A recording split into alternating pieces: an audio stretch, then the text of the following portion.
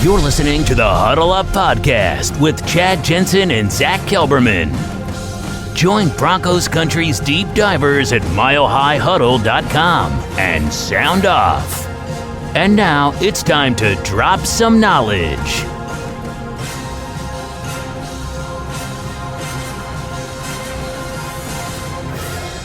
Welcome in, everybody. It's the Huddle Up Podcast, presented, as always, by Mile High Huddle, powered by Blue Wire Pods. I'm your host, Chad Jensen, fresh off a phenomenal day yesterday at the stadium, getting to meet so many of you for the MHH Tailgate Meet and Greet. With me, my co-host and partner in crime. He is the deputy editor of milehighhuddle.com, Zack Kelberman. Zack, we got a lot of news to get to, and we weren't able to really do a full gut reaction yesterday. So this will serve as both a gut reaction pod and an aftermath pod. But how you feeling today, bro? What a weekend that was. I'm feeling pretty sunburnt, honestly, Chad. I look a little bit better with some color. We didn't get to do the pod because that rando on the golf cart wouldn't let us. We have to make up for yesterday. But I want to just echo what you said. Thank you to every single person for coming out. The turnout went better than I thought it would be. I thought it was going to be amazing, but the passion you guys had to come out there and interact with us, take pictures, sign things, have a drink, have something to eat. It was a blast with a capital B. I'm not exaggerating. I had loads of fun. Anyone who talked to me yesterday in person knows how much fun I was having. You guys made it possible. Then we went into the stadium and saw a dominating Broncos victory in the home opener 3-0. Great day yesterday, Chad. I cannot wait to do it again. It really was fun. We'll keep talking about the meet and greet. I mean, we got, as the show goes on, we saw some of the superstars and community mavens making the trek from Hawaii. I mean, multiple people from Hawaii, like Dale, Kiaka. We had another Dale Hendricks driving across the desert, dude, from Palm Springs to make it. We had Ron Dubb making the trek from Georgia and everywhere in between, like Kansas. I bet we had half of the states in the union traveling for that meet and greet yesterday. It was really, really cool. So thanks to each and every one of you for coming by and saying hi and hanging out for a while. It really meant a lot to us. But Zack, we got to get to some content really quick here, right off the top. So we obviously saw that unfortunate, one of the few truly off-target passes that Teddy Bridgewater has thrown as a Bronco. Yeah.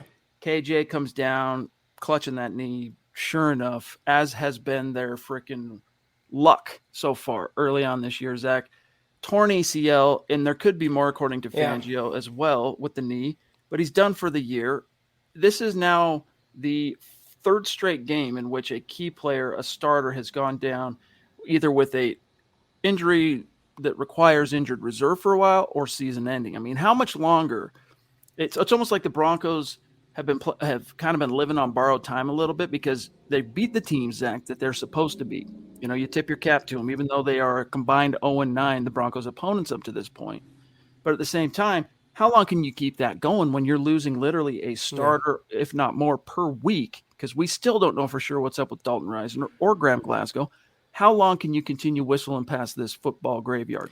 Not very long, and because especially now, Chad, the difficult portion of the schedule kicks in. This isn't candy and rainbows anymore with the Giants, the Jaguars, and the Jets. You have the Ravens coming up, the Steelers, you have Vegas coming up, the Chiefs coming up. This schedule is about to get more difficult, and the Broncos' mettle, M-E-T-T-L-E, is about to get proven or disproven in the weeks to come. A couple things, though, about KJ Hamler's injury. Again, I'm a Teddy fan. He's impressed me a lot, but that was a hospital ball and a half from Teddy Bridgewater, and it wasn't the first one. I feel sorry for KJ Hamler, though. Can we say now the guy is injury prone? I hate using that label, Chad, but since he's been in the NFL, it's been one injury after another, and based on what Fangio said, there could be more stuff there. You worry about nerve damage, you worry about MCL, PCL, name the CLs. There's a chance that KJ Hamler injured those ligaments or tendons, so I feel really bad for his prospects. And my third point is, I mentioned this yesterday while we had time, do you think the Broncos even a little bit regret trading Trinity Benson, the star of summer, when the receiver depth looked good, but we said, Chad, they're a couple injuries away from having to line up Deontay Spencer out there, which they did yesterday. You can weather the loss of Jerry Jeudy, but when Jeudy goes down, KJ Hamler goes down, and then Tim Patrick starting, what's behind Tim Patrick, though? Not a lot. So it's an unfortunate situation and a bad time for the Broncos to have a bad time once again. Listen up, Broncos country. TickPick should be your first choice to buy football tickets because they save fans money by never charging any service fees ever. TickPick is the exclusive ticketing partner for the Huddle Up podcast and the Blue Wire Network. Denver Broncos football is finally back, and there's no need to exhaust yourself searching all over the internet to find Broncos tickets anymore because TickPick, that's TickPick, is the original no-fee ticket site and the only one you'll ever need as your go-to for all NFL tickets. TickPick got rid of all those awful service fees that the other ticket sites charge, which lets them guarantee the best prices on all of their NFL tickets. Don't believe it? If you can find better prices for the same seats on another ticket site, TickPick will give you 110% of the difference in the purchase price. That's right, guys. When we were searching for tickets for the MHH meet and greet for week 3 at home, Broncos versus Jets, TickPick had us locked down. So visit tickpick.com/huddle today and use the promo code HUDDLE to save $10 on your first order of Broncos tickets. Let's grab this super chat from Christian, who had also got one in yesterday for our truncated gut reaction. So appreciate you, Christian. He says, even if Teddy continues to have a good season and leads us to the playoffs, do you still see the Broncos going after a quarterback like Malik Willis? Zach, if the Broncos make the playoffs with Teddy, I don't think George Payton goes all in for a Q in the first round. I think he continues loading up because that's going to kind of reinforce his belief that they've got a lot of the horses necessary if they can just get a little luck with the health thing, the injury bug. I don't know. I think the only way, this is just my gut, if the Broncos draft a quarterback in the first round in the spring, it's because they missed the playoffs. Yeah, that's the only scenario here. And I was talking about this yesterday. I can't remember who I was talking to, but, the Broncos haven't made the playoffs in a half decade. And if Teddy is the guy that brings him back to relevancy, the number one thing that George Payton wants in a season where the head coach, Fangio's on the hot seat, Teddy Bridgewater's a 2022 quarterback. He's getting an extension, and that's that. I'm with you. The only way they draft a quarterback in round 1 is if Teddy, the experiment, falls off a cliff. And through 3 games, we can't say that's a possibility. But Andrew Brandt tweeted something similar. He goes, if Teddy and the Broncos are atop the AFC West now, how good are they going to be with Aaron Rodgers? Well, if they're atop the AFC West now, why are we talking about Aaron Rodgers? Why are we talking about Malik Willis? Let's focus on 2021 and celebrate the fact the Broncos were undefeated in September after not winning a game in September the last couple years. Pretty remarkable. Let's grab this from Rod TV. Thank you for getting in early with the super chat, my friend. He says, Noah Fant should not be asked to block. It's clear Eric Saubert should be the guy. And does Fant look slower because he can't beat linebackers and safeties? Gets tackled too easy, #3-0. No, Zach, we were there seeing the twitch of Fant in person. And as someone who saw him work out in Indy, talked to Noah Fant during the combine, we were both there, seen him play in person multiple times. I'm not talking watching on television, but watching him play. No, there just needs to be, I think, Zach, a little bit more of a emphasis on the part of Pat Shurmur and Teddy Bridgewater to feed him. And you know what? With KJ going down, Judy going down, the Broncos playmakers are starting to get thin. But here's the thing. They're still deep. The problem is that that versatility, that we can attack you with different guys who are great at doing different things component is quickly evaporating. You've got 2 of the better X receivers in the league, fortunately, outside the numbers guys in Sutton and Patrick, and that's great. And that can serve you quite well, I think, for a long time. But eventually, you're going to miss that twitch, that speed. That's something that KJ Hamler brought to the table, for example. That's how he created separation. Jerry Jeudy created separation by virtue of his elite route running. So Noah Fant, if they make an emphasis, I think he could still be that guy, but you got to kind of force it to him a little bit, just a little bit. Again, I think it was, I don't want to put a name, I don't want to mischaracterize, but I was talking to someone at the tailgate yesterday, and it might have been Kiaka.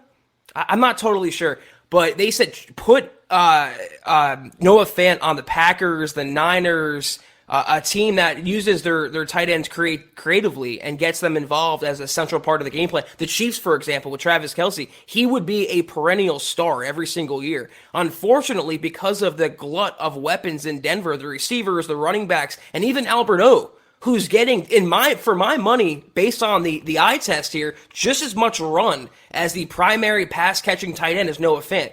Now, some of it, I wouldn't say he's slow, but he's definitely like thicker. He's not exactly a speed demon. I think he wins with power and brute force over the middle. He's the possession guy.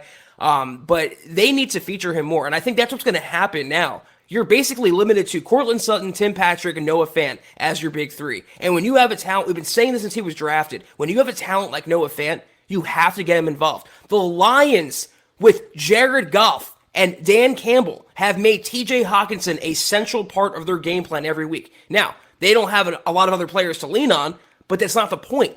You use a first-round pick on a tight end, you have to get that player involved and keep him involved. Hey, here we have Muhammad. Dude, we wish we could have seen you yesterday as well, but we know you were there with us in spirit, my friend. Next time. Thank you for the super chat, bro. He says, I wish I was there with you guys yesterday. It was nice to see everyone on the podcast, #CEO, #Dragon. Dude, don't worry, Muhammad. We'll see you on the next one. Trust. We did get to see Michaela, Zach, the very Duchess of MHH. The community here was there. And was she kind of a rock star of the day, by the way? I mean, Michaela comes rolling in and all of a sudden everybody's like, oh, Duchess. You could tell she's like, yo, what's going on here? Yeah. And then she's like, all right, I can get used to this. Bow down. Appreciate you, Michaela. It was great seeing you yesterday, and it was great meeting you. A lot of cool pictures, guys. Hope you guys saw that on Twitter. More to come. I mean, it's just been a whirlwind couple of days, but Michaela, it was great seeing Michaela. She's unbelievable, and we had royalty there. We had Michaela the Duchess and Christy the Queen, and Christy was telling us people were literally bowing down to her. So our listener base takes those titles very seriously, and very well deserved for Michaela and Christy. BG, another awesome superstar. Wish we could have seen you yesterday, but hey, man, next time. We wish you could have been there as well. It was a lot of fun, buddy. Kathy Lund, good to see you. Thank you for that. She says, wish I could have joined you yesterday. Is the head of strength and conditioning the same as athletic trainer? If so, Lauren Landau's casualty list is long. #state of being. No, the trainers are the guys that run out there when a guy goes down. You know, that's the Vince Garcia. Used to be the Greek. Greek had an additional, title that he held for a long, long time. But those are the trainers. Then on the coaching staff, you have the strength and conditioning coach, which is, in fact, Lauren Landau, Zach. Yeah, I mean, this is a topic that a lot of Broncos fans now are broaching. I was perusing Reddit earlier, and after the KJ Hamler injury, someone brought up, is it time we talk about the Broncos maybe altering their training program? Is it just bad luck? Is there something in the water in Dove Valley? Or is it a training regimen that's not really conducive to the Broncos' environment, to the players? I mean, a lot of lower leg injuries, a lot of season-ending injuries, and way more than the norm. And way more than the norm under the reign of Lauren Landau. So 2 + 2 equals...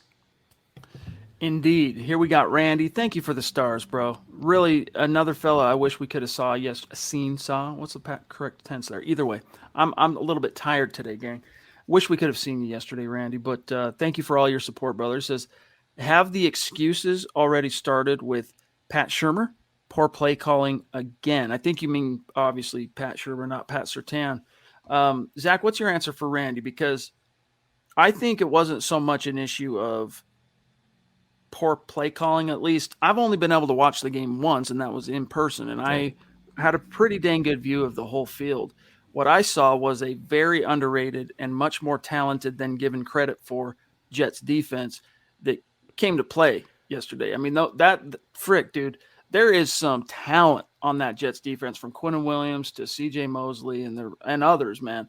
That hit CJ Mosley laid on Melvin Gordon at the goal line. Ooh. I mean, you could hear that crack all the way to Colorado Springs.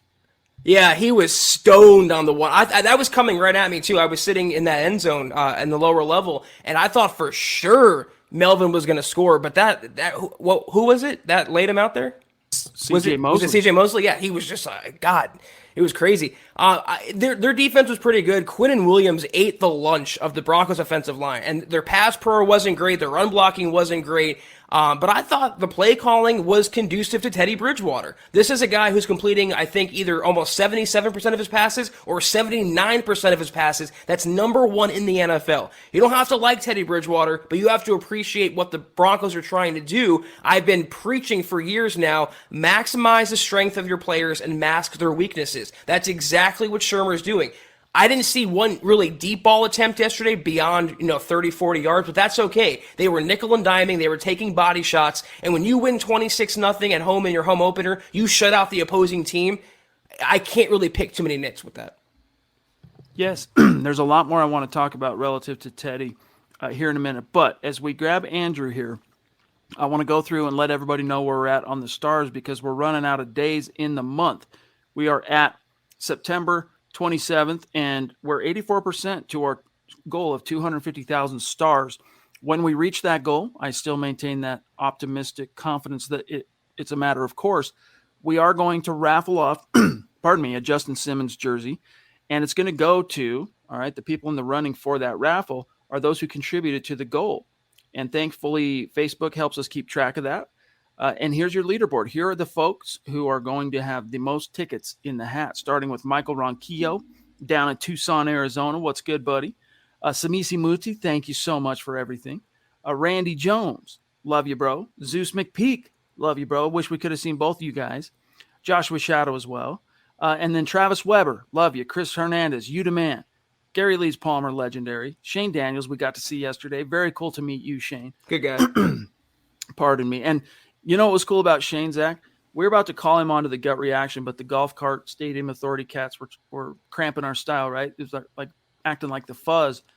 But Shane didn't necessarily know that. And so he's just chilling. He was thrown literally in our presence, reach out and touch him almost, not quite, but throwing down stars, supporting that stream, and he's right there in front of us. I mean, it was just really cool to see. So, and Pete Middleton there at number 10. We'll do the YouTube update here in just a second. But Andrew says, couldn't have went to a better first game for me and my family. My little guys were going hard on the incomplete. LOL. Well, I was a little starstruck at the game and meeting you guys, but man, we had a blast. Hashtag MHH for life. Yeah, dude, it was cool meeting you. I was a little bit envious of those long freaking braids you got, dog. I wish I had hair like that.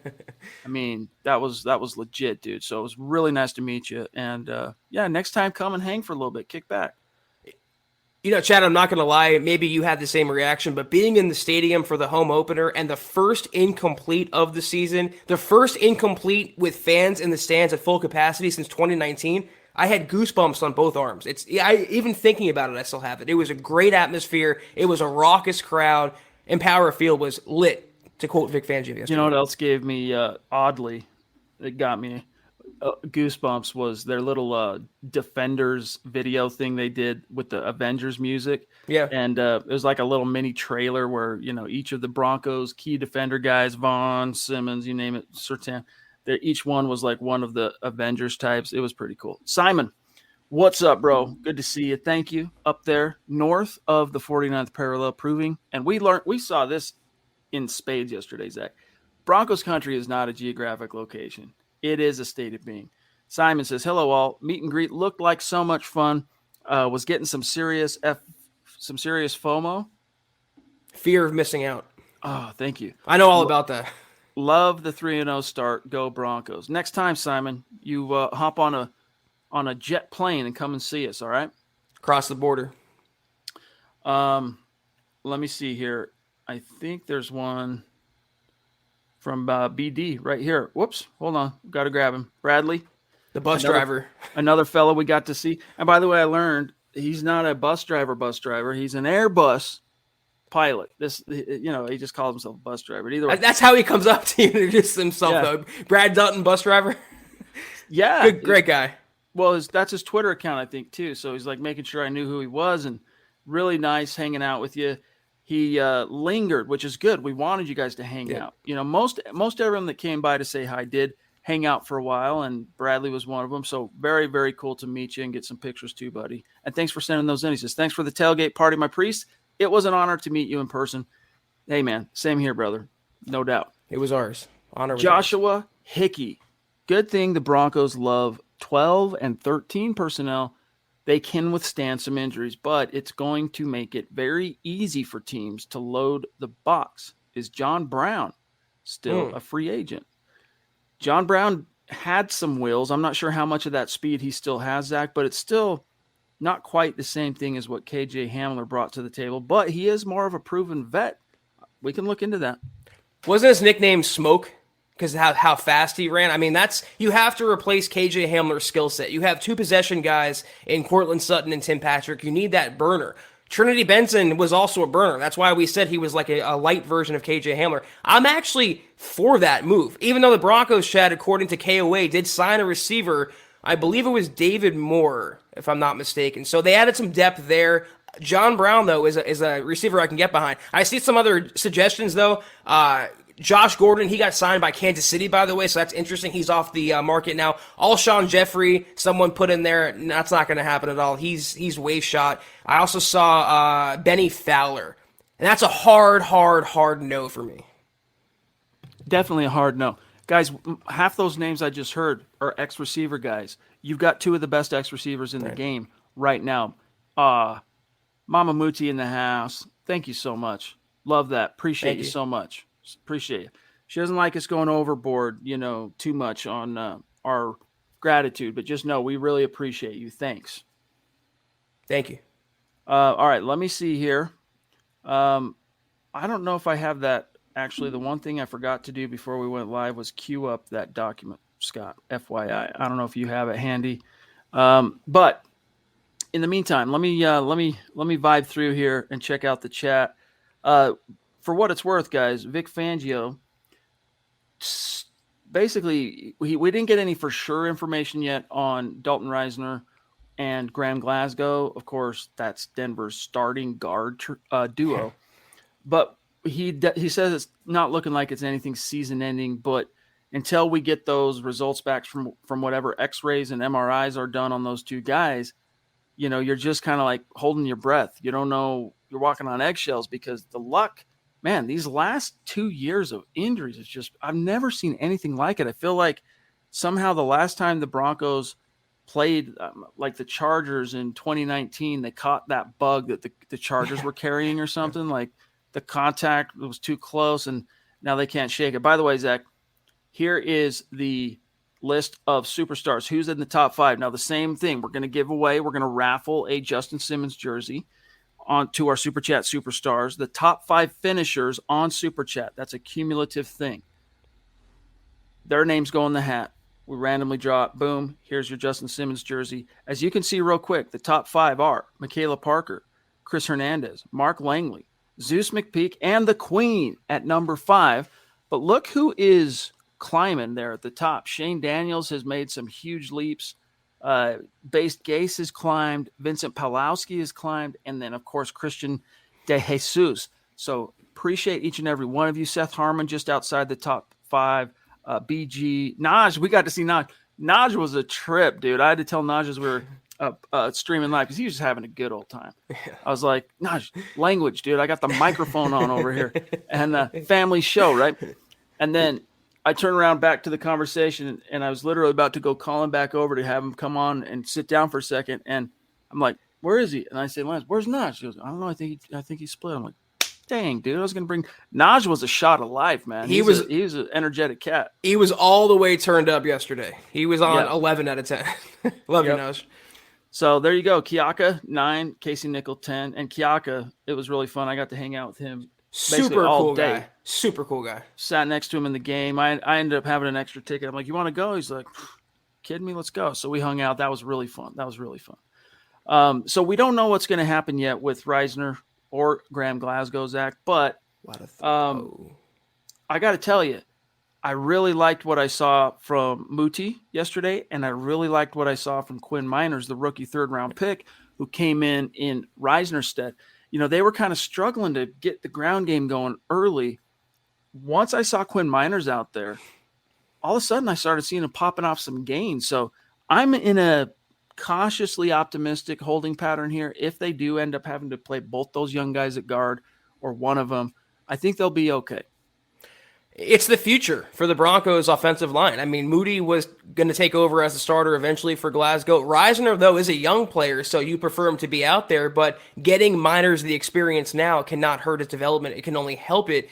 The term that Fangio used, though, when he said not season ending, that's kind of ominous to me. I mean, that seems like it's going to be a multi-week injury potentially for both players. And like you said, that's two of the Broncos starting offensive linemen. And another point here, you talked about the Broncos injuries and the rash that the injury bug has left behind. You jokingly said maybe they caught something through osmosis with the Chargers. Well, if we have to speculate like that, is it more than just speculation? Is it more than just coincidence? Is there something going on that's precipitating all these injuries? You have to at least ask the question.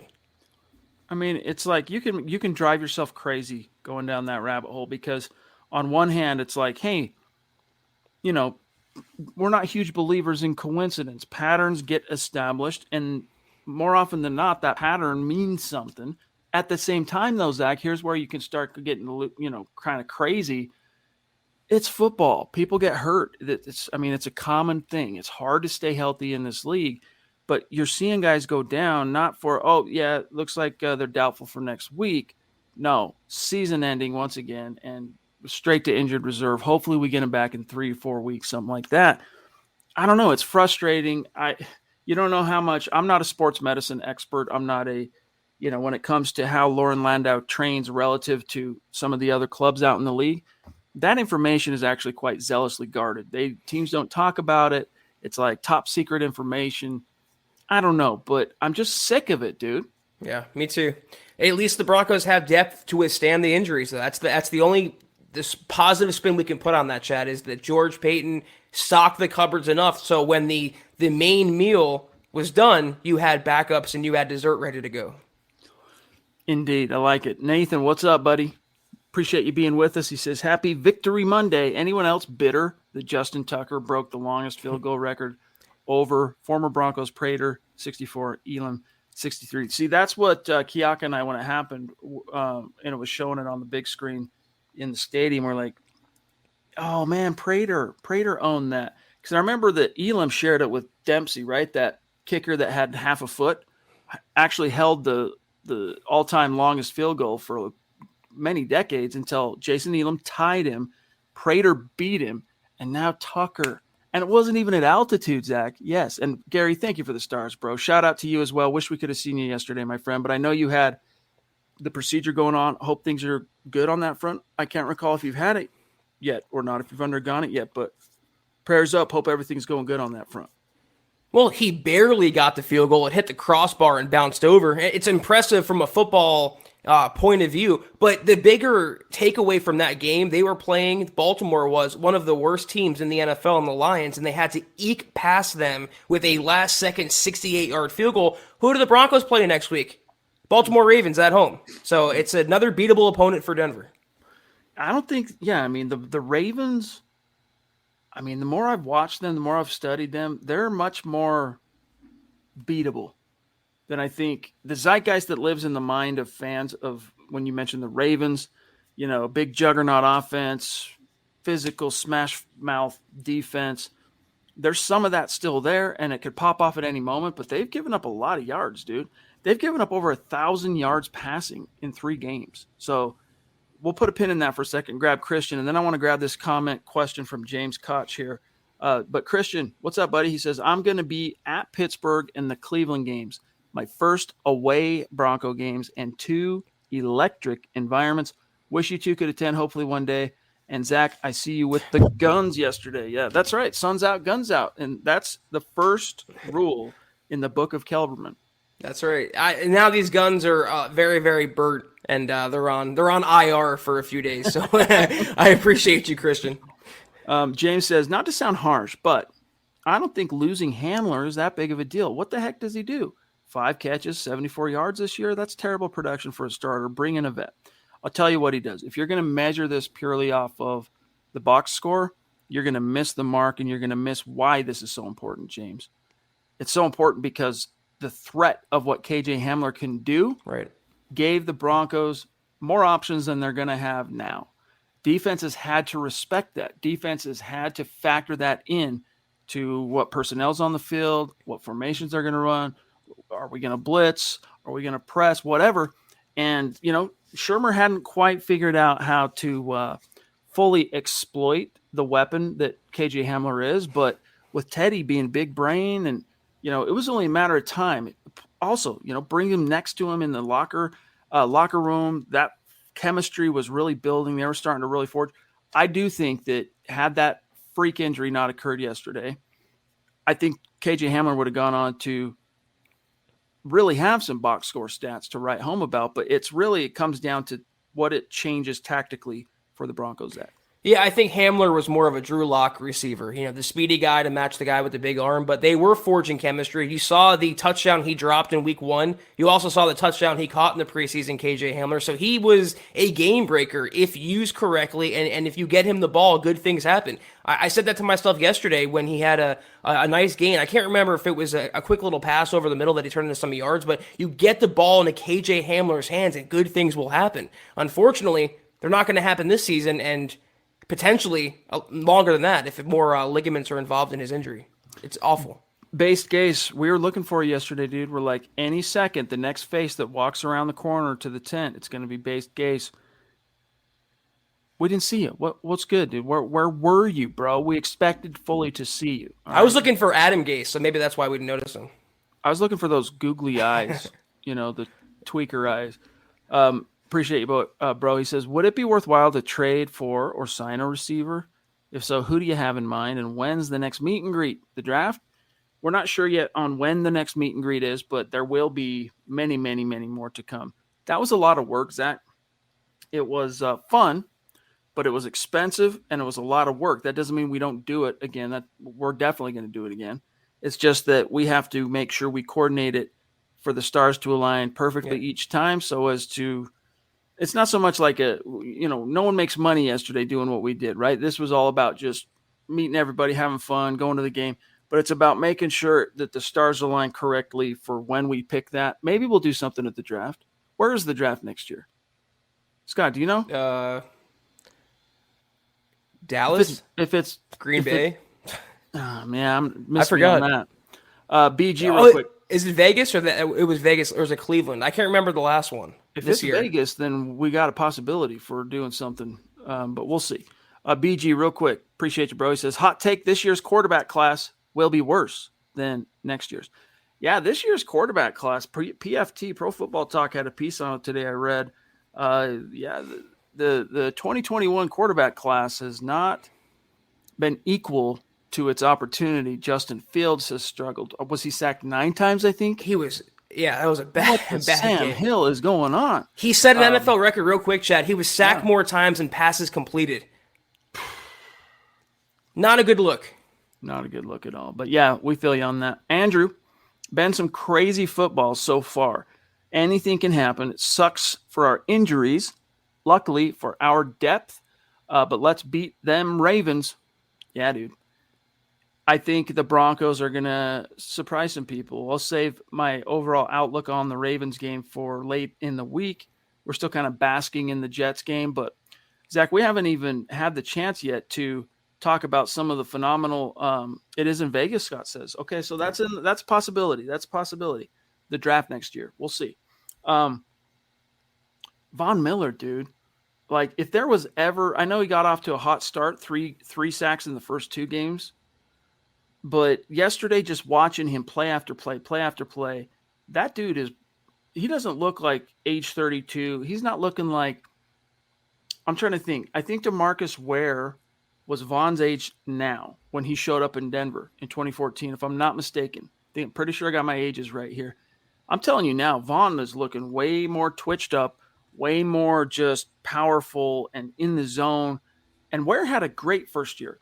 Those first 2 years, the second year he was a little bit more plagued by injuries, and also his last year, the third year in Denver. But that first year, he was quite available, very productive, Pro Bowl.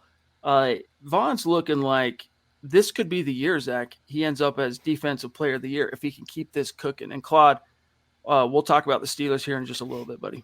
Yeah, I was sitting with the Queen yesterday, and she actually made this observation to me. She goes, watch Vaughn off the edge. I mean, he's raring to go, champing at the bit. And even not just in pass rushing, and I know the Jets' offensive line is nothing to write home about, but even in run support, he's flying around the field. I mean, we're seeing pre-2016 Von Miller out there at times. And that's not to gloat, but Chad and I kind of had a feeling we would be getting that Von Miller back, and it makes up for the loss of Bradley Chubb. Malik Reed had a sack as well, but when you have Vaughn playing Vaughn-type football, it makes the entire defense better. And Malik, dude, I have been very unimpressed with Malik through the first 2 games.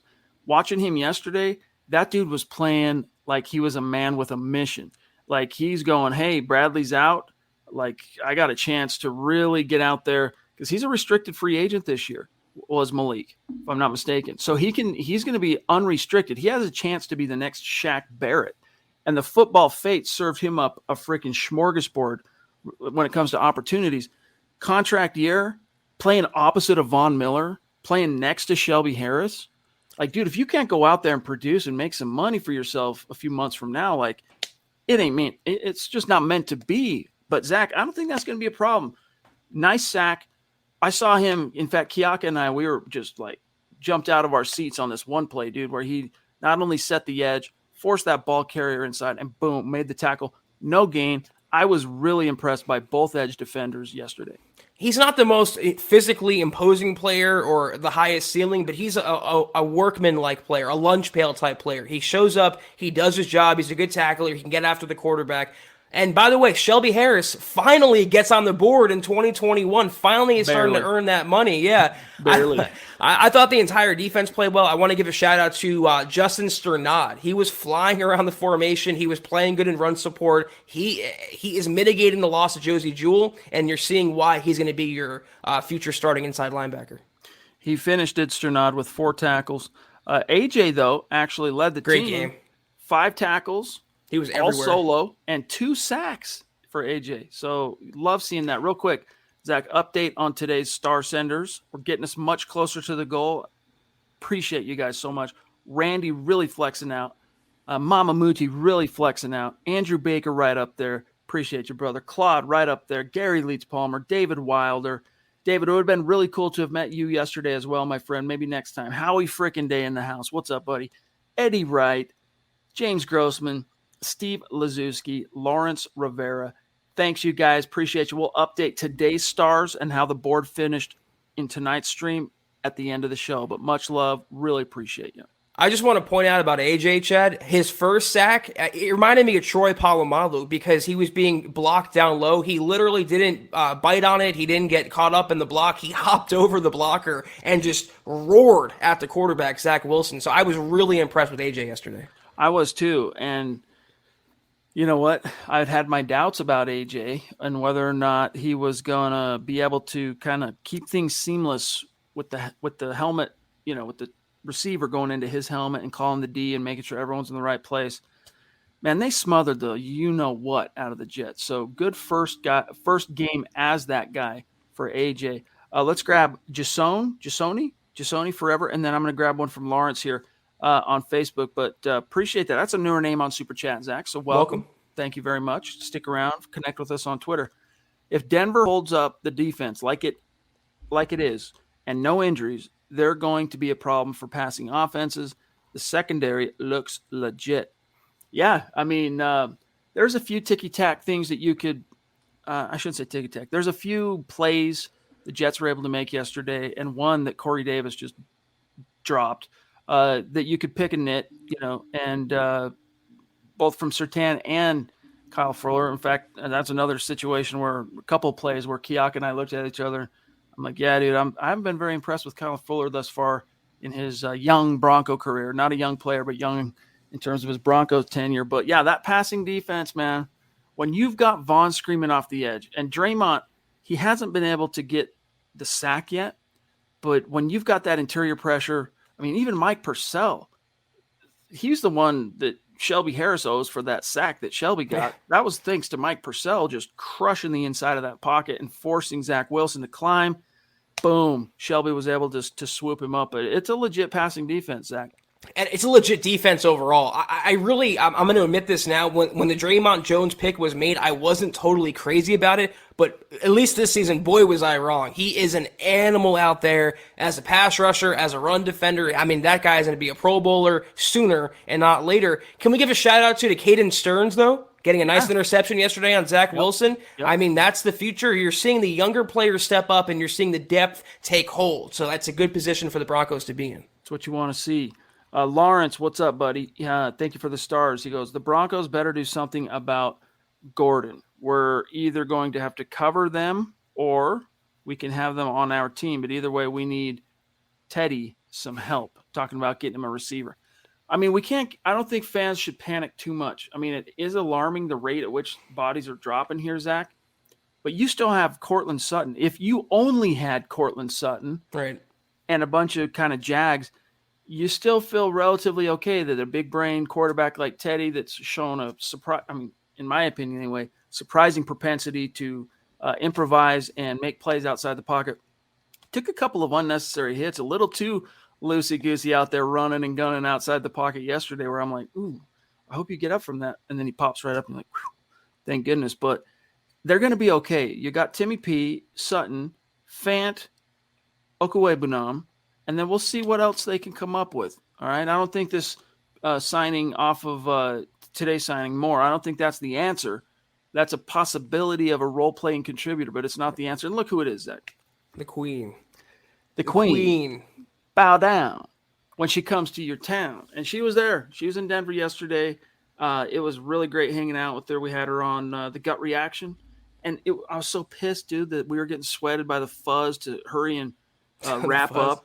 You know, we decided not to do it through a commercial means, meaning that we didn't go through the stadium authority to get one of the commercial zones for our little tailgate meet and greet. We did it just right out in the tailgate. You know, we're just chilling. I don't know if that would have affected the rules. We went for the permission versus forgiveness versus permission type, approach with regard to our tailgate. But that was the downside risk, and it bit us at the end. Unfortunately, we had to only do 20 minutes or whatever that live Gut Reaction was. But the Queen was there, and she said, I am totally exhausted from this weekend. It was such a great time meeting the MHH fam and all the supers and fans. You guys are amazing. Can't wait for the next tailgate. And I even said on the live Gut Reaction last night, Zach, I'm like, I don't know. What do you think, Christy? Should we do this again? And she's like, oh, no, we're doing this again. So it shall be done. It shall. And you know what, Chad? Remember when we were podcasting at first, when we had the superstars kind of waiting in the little group in front of us? Mm-hmm. Everyone was congregating around Christy. Everyone wants the Queen's kind of dissertation and her thoughts on the team. So you're such a foundational and inspirational member of our community, Christy. We love you and we appreciate you so much. Melvin, thank you, buddy. Appreciate you. He says, life's been hectic. I'm stopping in to say, what's up? 3-0. Let's go Broncos. Also, shout out to Ronnie. Got to see Ronnie and his wife yesterday, hanging out at the meet and greet. Very nice to meet you and your wife, buddy. And appreciate he brought even more of these cool little placards and bottle openers. And I strategically gave a few away to superstars that came by, but I held on to one or two. Just to remind you guys what these are. They're they're cool. I'm sure they look cool coming through this camera, but in person, this bottle opener, and it's, pick your era, pretty dope. So and they're heavy too, which it's really nice quality. I like them a lot. Solid. Thank you. Base Gase, would you take a flyer on Denzel Mims? Yeah, I would take a flyer, but he's been quite enigmatic in his young NFL career up to this point, so you can't hang your hat on it. A flyer? Maybe, but what's the story with Mims? He's a healthy scratch every week. So what are you going to do? You're going to try and trade for him, a second-round pick 1 year removed, right? Wasn't he early round 2 last year out of Baylor? I don't think the Jets are going to move off him, but I don't know. We'll see. I think you said it best, though, Chad. When you have Cortland Sutton, and then him alone would be enough, but you add in Tim Patrick, you still have the running backs, you have Noah Fant, you have Albert O. I'm not giving up compensation for another receiver. I would sign one off the street like the Broncos did with David Moore, but I'm not giving up capital for another receiver. Andrew with more stars. Appreciate you, bro. A star for the injury gods. Loved Chad telling the stadium dudes to hold on while they're finishing the pod. Yeah, pump the brakes, fuzz. It was awkward timing for sure, but yeah, you made the most of it. It was lame, dude. It was lame, but we tried to make lemonade. All right. Okay, we are at 43 minutes. And by the way, Diamond Rattler, I hope you know, I was rocking that medallion, my necklace, and people were marveling at that in person because, I mean, it looks dope coming through a high definition camera, but in person, you can see the beads and the leather on the back, the craftsmanship on that as well. People were stoked. They're like, where'd you get this? I'm like, dude, I flashed this on the pod before. It's from Diamond Rattler. Like, oh man. I'm like, yeah, maybe Diamond Rattler needs to go into business. In fact, Zach, maybe we need to partner with Diamond Rattler because those things are dope. Yes, they are. He has, sucks to say, but I think Hamler is just too small for the NFL. Dude is going to stay injury prone, and now with an ACL tear, his explosion is going to take a setback. That might be true, but thankfully, modern medical technology has come really far where just an ACL tear, you can come back from. I mean, look at Cortland Sutton. He's 100% now. He's like the Cortland Sutton of old. You can come back from those. But if there's more to it, if there's, God forbid, nerve damage, which is worst case scenario, if there's multiple ligaments, it could be where he's hindered going forward. It's a really, really bad break for a pretty good receiver, but has been his story both in college and now to his career in the pros. By the way, Travis Weber says, if this is about Josh Gordon, I don't know why people are sweating over him. He hasn't been productive when he isn't suspended. Well, he was early on in his career for what it's worth, but he's off the board from what we're hearing. This must have happened as we've been going live or right before as we were getting things cooked up. But the Chiefs signed him? Is that what you said? Yeah. Apparently, I think it's still in the works, but he's going to Kansas City. I don't know what that move's about. They have a lot of weapons there, but it's good for Josh Gordon. He was a stud. His 2013, I think, was his breakout year with Cleveland, and that guy was just an all-world receiver. It's a shame that substance abuse and his off-the-field problems kind of derailed that. But, I was asked on Twitter, should the Broncos make a play for him a couple days ago? And I said, for what? For him to play 2 games and then get suspended again? They don't need someone like that at all. It's a bad character fit. Michaela with another super chat. This one, thank you. Symbolic. 58-58, and she says, nice to see Vaughn ball out. Yes, it is. I'll tell you what, it feels like, all is right in the universe when you see Vaughn out there in the orange and blue, getting after it and stacking up, because it wasn't just, hey, you want to see him get home, but what I've loved to see about Vaughn thus far, Zach, is those sacks and those impact plays are coming in the key moments, whether it's third down or whenever the Broncos need that stop. And, man, I just love seeing that. And if he continues on this track, he's going to be in the running for Defensive Player of the Year. He's going to be in the running to finally be a sack champion in the NFL. And then George Payton's going to have no choice but to throw some more money at this cat. And, to the previous comment about KJ Hamler, it's so encouraging that Vaughn's ankle injury has not inhibited his explosion or his playmaking ability. Again, he's right there being pre-2016 Von Miller, and it's so fortuitous for the Denver defense. Michael, appreciate you, bro. Really wish we could have seen you yesterday. We know one of these times we will get a chance to meet you, and we look forward to that. Savage Boy Kev on Twitch. Guys, can we talk about this run defense? We haven't allowed a huge run play yet or a 100-yard rusher. This feels great. Well, yes, indeed. For what it's worth, Zach, just to let everyone know, the Jets' leading rusher on Sunday was Michael Carter, 9 carries for 24 yards. The team, that is the Jets, finished with a total of 43 rush yards and just 162 net total yards. It's kind of my point I was going to make, though. He was only the starter because Tevin Coleman sat out. Last week against the Jaguars, they were down Travis Etienne, who was their starting running back. Before that, against the Giants, they were taking on a returning from ACL tear Saquon Barkley in his first game back. They haven't been tested yet on the ground. That won't happen until Pittsburgh.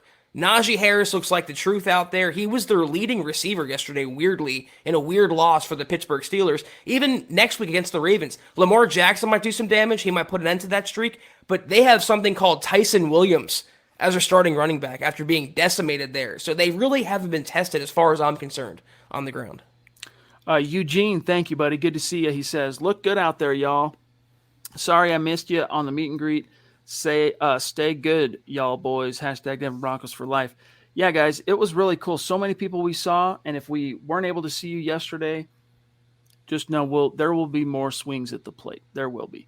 The Queen jumping in to say, we will see how we hold up after this Ravens game. I hope they can come up with some creative plays and shape up in the red zone. They have to against this team. This is something I wrote about last night, Zach, when I got back from the stadium. Vic Fangio, I feel like our red zone defense or offense is much improved over what it's been. Statistically, it's not coming out that way for what it's worth. I mean, the Broncos went 2 of 5 in the red zone yesterday, and one of the reasons for that was Javonte Williams' fumble, right, late in the game. But at the same time, the 2 that they were able to convert, one of those is thanks to Javonte, who had a nice toss right that he was able to, wiggle, got a nice block from Andrew Beck, and then kind of power through. So 2 for 5 in the red zone. Look, you can squeeze by with that, Zach, against the Jets at home. Thank you, Mark. Love you too, buddy. But against the truly elite teams that can score, you're going to find yourself playing catch up quick if you don't figure out how to be as productive when the field shrinks as you are between the 20s.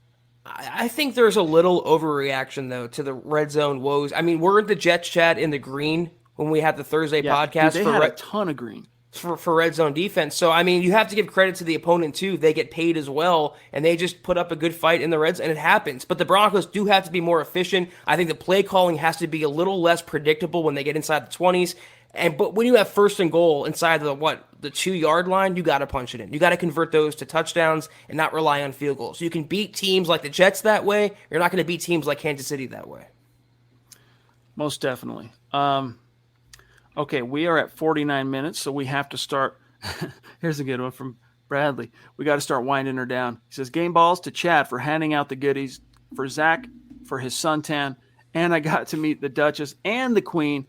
He wishes Zeus would have been there. Yeah, it would have been cool. One of these days, we'll get to meet Zeus face to face. Appreciate you again, though, Brad. Very cool guy. Yes, indeed. Okay. Let me see here real quick. I want to see if there's any topics on people's minds here. That also, Albert, great to see you and Michelle hanging out. Albert got to go to his first Bronco game. This is one of the most diehard Broncos fans under the sun, and so that was really cool. And he brought us these dope gifts, gifts that you guys got to see yesterday. They're put away right now, but you saw them we bragged about them in the pregame and during we flashed them on the gut reaction at the end. They were in back of us. We had Lance serving as our newfangled Vanna White, or poor man, like a impoverished man's Vanna White, right? Yeah, exactly. Showing him off. But Albert says, on the way home, service is sketchy. Great to see y'all. And nice tan, Zach. Yes, indeed. Here's the thing that you got to remember about the Mile High Air. It's thin. Everyone knows that. Ball travels farther. But guess what? That sun, it's a lot closer to you, gets you. And you know what, though, Zach? You're going to have a nice golden hue to your skin in about 2 or 3 days when that suntan or sunburn kind of, settles in. Yeah, Albert and I had to talk about this, that it's either, like palish or just burnt, and I'm like a lobster right now. But I made the mistake, Chad, not only wearing a tank top, but not putting sunscreen on. And once I did, I think it prevented a little more of what could have been. So. You got some on about the time it was time to go to the game. Yeah. So that saved your bacon and I don't see any moles yet, so I think I'm okay. Yeah, you're all right. Travis Tarbox saw some of the meet and greet. It was good to see Zach having the gun show. Sun's out, guns out, baby. Sun's out, guns out. And the sun was out. I mean, it was 90 degrees at kick, if I'm not mistaken. I mean, it was brutal. Hot one, yeah. It was brutal. But anyway, all right. Small price to pay, though, for a nice Broncos win. It really was. Here is George. If you wouldn't mind grabbing this one really quick. Yeah. I think he's replying to something Flippant had said, but grab this real quick. Absolutely. George chiming in. You guys don't realize that coverage happens the moment the quarterback throws, so it is very hard to know where they will be double or 3 defenders at Flippant. I think it's a comment to Flippant. I think they're going back and forth, Chad, George, and Flippant about hospital balls and characterizing what that pass was. Again, you can be the most ardent Teddy supporter. That was a bad pass. And sometimes bad passes get your receivers injured. And it happened yesterday. It was a freak kind of injury, but a very serious injury. And it was partly or largely, depending on your viewpoint, the result of an errant Teddy pass. Yeah. And you know what? I mean, Teddy, sometimes you can't be perfectly on target every single time. And I'm sure Teddy was... just the way that cookie crumbled, I'm sure he felt not too good about it. But you know what?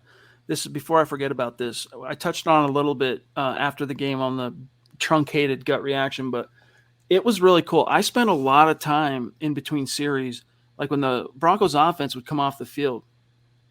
If it wasn't with points on the board, Teddy Bridgewater was coming onto that sideline hot, dude. Like by that, I mean, intense, like miffed, like this ain't good enough. Like, and it was cool because you'd see guys just kind of like, all right, yeah, the sheriff's not happy. I say that, I know Peyton Manning's the sheriff, but like the boss isn't happy.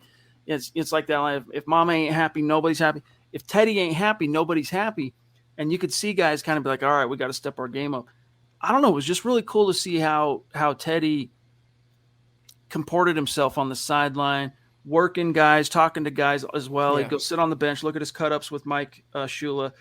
Drew Lock was right there with him. Literally the first person to greet Teddy Bridgewater every time he came off the field, for the most part, was Drew Lock. Really cool to see all that stuff. And, who knows? I don't think it'll play out for him in the best sense with the Broncos, but I think this experience, despite losing the competition, Zach, to Teddy Bridgewater, in the long run, what Teddy is seeing, or what Drew is seeing from Teddy and what he's learning, could end up having a really big impact on him if he's lucky enough to get another opportunity to play in the league.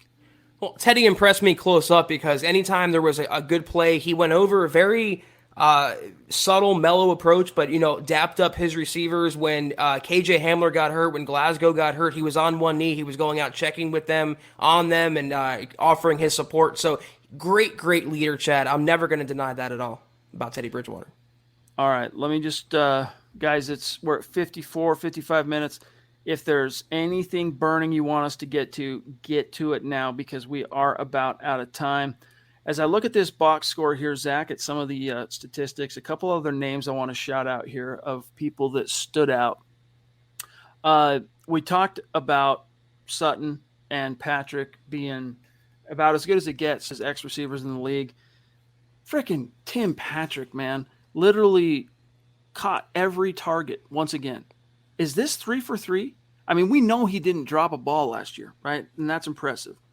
But to catch every single target that has come your way, unless he didn't catch one of them from week 1, I'll have to go and look at his stats, but this is 2 weeks in a row at least.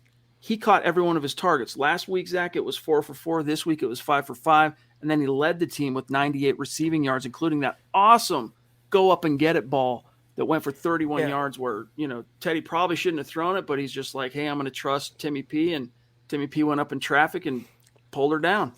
I was going to say some of the catches he made yesterday were contested, and that's what's more impressive. It's easy to catch a wide open pass, but when you go out there and you moss a defensive back, that's where you get my credit.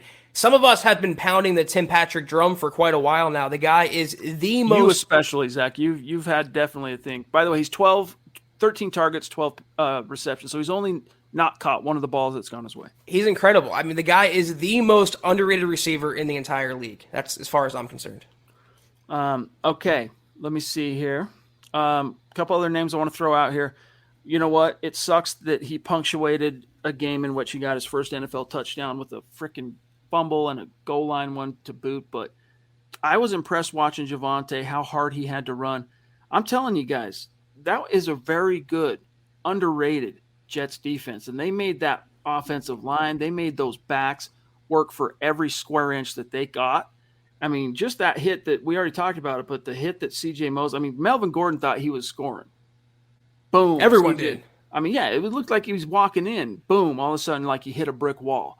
That's a good defense, guys. That's a good defense. And watching it live and seeing it from a little bit of, more of a bird's eye view anyway than you would see on the television broadcast, I don't think, and maybe the charting of the game would tell this differently because it's not like I was paying that close of attention to how much they may or may not have been loading the box, but it seemed like the Jets were a lot more respectful of the pass this time around. And yet still the Broncos had a hard time moving the ball. So, on the ground. They finished, you had Gordon, 18 carries. He got to 61 yards. He got his touchdown, but it took him 18 totes, Zach, to get to 61 yards. Hard running. Gordon and Williams, other than Williams' fumble, those two guys are doing what they're being asked to do and then some. It's the offensive line that really needs to start getting some push. Yes.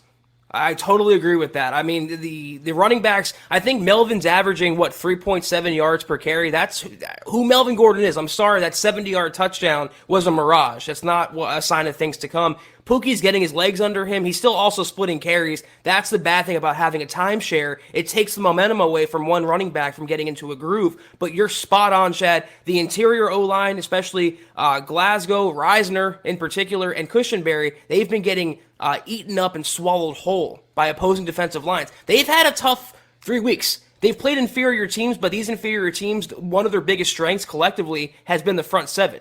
So it's not going to get any easier against Baltimore, but they have to step up. Maybe it's a blessing in disguise. I hate to say that about an injury, but Moody coming in, Quinn Miners coming in, Cushenberry kind of holding his own. Maybe we'll see some more push, and we'll see the running game start to take off. All right, guys, before we get out of here, just want to say thanks to each and every person that's been with us tonight in the chat, each and every one of you that came and said hi at the meet and greet, and especially hats off to those of you that made true, sincere, real sacrifices to be there yesterday. I mean, it's so humbling to see how many people, Zach, paid good money to hop on an airplane, come find a ticket, because if you're going to be there, you're going to get a ticket to go to the game, but to come see us. I mean, we had multiple superstars travel from afar who didn't even buy tickets to the game because they couldn't afford it. They just came to see us. And that's a couple of them. I made sure they got in the game. I'm not going to say names and try and flex anybody or try and make myself seem like I'm flexing over it. But the 3 that I know in particular who came just to see us but wasn't able to get tickets or weren't in a position to get tickets, made sure we got them through the door. And that's just a small thing that we can do to say thank you for everything you guys do for us. It was so cool seeing everybody, Zach. And as we say goodbye for tonight anyway, here's another thank you to our supporters both on YouTube and Facebook this evening, from Christian, Muhammad, Kathy, Lawrence, Michaela, BG, Andrew Baker, Simon, Eddie, Randy, Mama Muti, David Wilder, Gary Leeds Palmer, Joshua Hickey, Christian, Jess.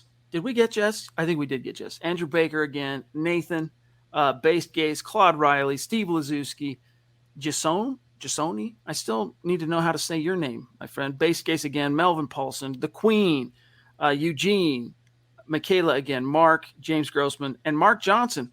Mark, dude, where were you, bro? I was looking for you. Yesterday. I kept expecting to see you, but I could have swore you told me you were coming to the game, dude, or to the meet and greet. I mean, where were you, my dog? DM me on Facebook. Hope everything's cool. But Zach, that's got to do it for tonight. We got to dip on out. Much love to everybody. We're off tomorrow, and we need it. We need tomorrow off. So we'll be back Wednesday, though, and see what's cooking for the Ravens game. And guys, by the time we get back on Wednesday, we'll turn our attention to Baltimore, but enjoy the victory. You can never poo-poo a blowout, I would say, home shutout victory in the home opener against any team. So enjoy the victory, enjoy 3-0, enjoy the Broncos being atop the AFC West right now after Kansas City lost 2 in a row. So we'll be back on Wednesday night. Thank you, Jess, for the comment. And get me, it's a great comment. Here's what he said real quick. Sorry, Jess. Thanks for letting us know we didn't quite get it. He said, I'm excited, but I still have PTSD from the 09 Broncos, who got out to, of course, a 6-0 start under Josh McDaniels and Kyle Orton, only to crumble with aplomb. So, yeah, don't worry too much about that. Yeah, I don't think Teddy is that guy, and I don't think Vic, for all his battle wounds now, is that guy. We'll have to see, though, when they face a more quality opponent. That could happen as soon as this Sunday against Baltimore. But this was the Huddle Up Podcast, guys. We're back on Wednesday night. In the meantime, be sure to follow the Huddle Up Pod on Twitter, at Huddle Up Pod. You can follow the main account, at Mile High Huddle, for all your Broncos news, analysis, rumors, film breakdowns, and so much more. Also, if you haven't already, if you didn't get any at the tent yesterday, go to huddleuppod.com and get your swag on. Get yourself a dad hat, football priest hat, Mile High Huddle shirt that Chad is rocking, brand new. Chad says it's very comfortable, fits really nicely. Showing it off. Go get one today. Hot off the presses. If you haven't already, also go to facebook.com/milehighhuddle. Hit that big blue button. Become a supporter today. Instant access to our VIP content, Kelberman's Corner, Broncos Book Club, Trickle Zone. Thank you for everyone tuning into those shows. Also, Facebook.com/MileHighHuddlePod. And if you haven't already, go to Apple Podcasts and leave your football priest a 5-star review for your chance to win some swag each and every month, including possibly the shirt that Chad is wearing. But if you can't do any of those things, do these 3 things that make a huge difference for us, the biggest difference for us. Subscribe, like, and share this video, and every video you see on the MHH channel helps us grow and reach more Broncos fans just like you. We're out, though, for tomorrow night, unless you have anything else to add, Chad. Nope. We're out for tomorrow, or out until Wednesday night. Be sure to follow the pod on Twitter. Also, Broncos for breakfast tomorrow morning, I'm pretty sure, and building the Broncos tomorrow night. So until we see you guys next time, though, take care, and as always, go Broncos. You've been listening to the Huddle Up Podcast. Join Broncos Country's deep divers at milehighhuddle.com to keep the conversation going.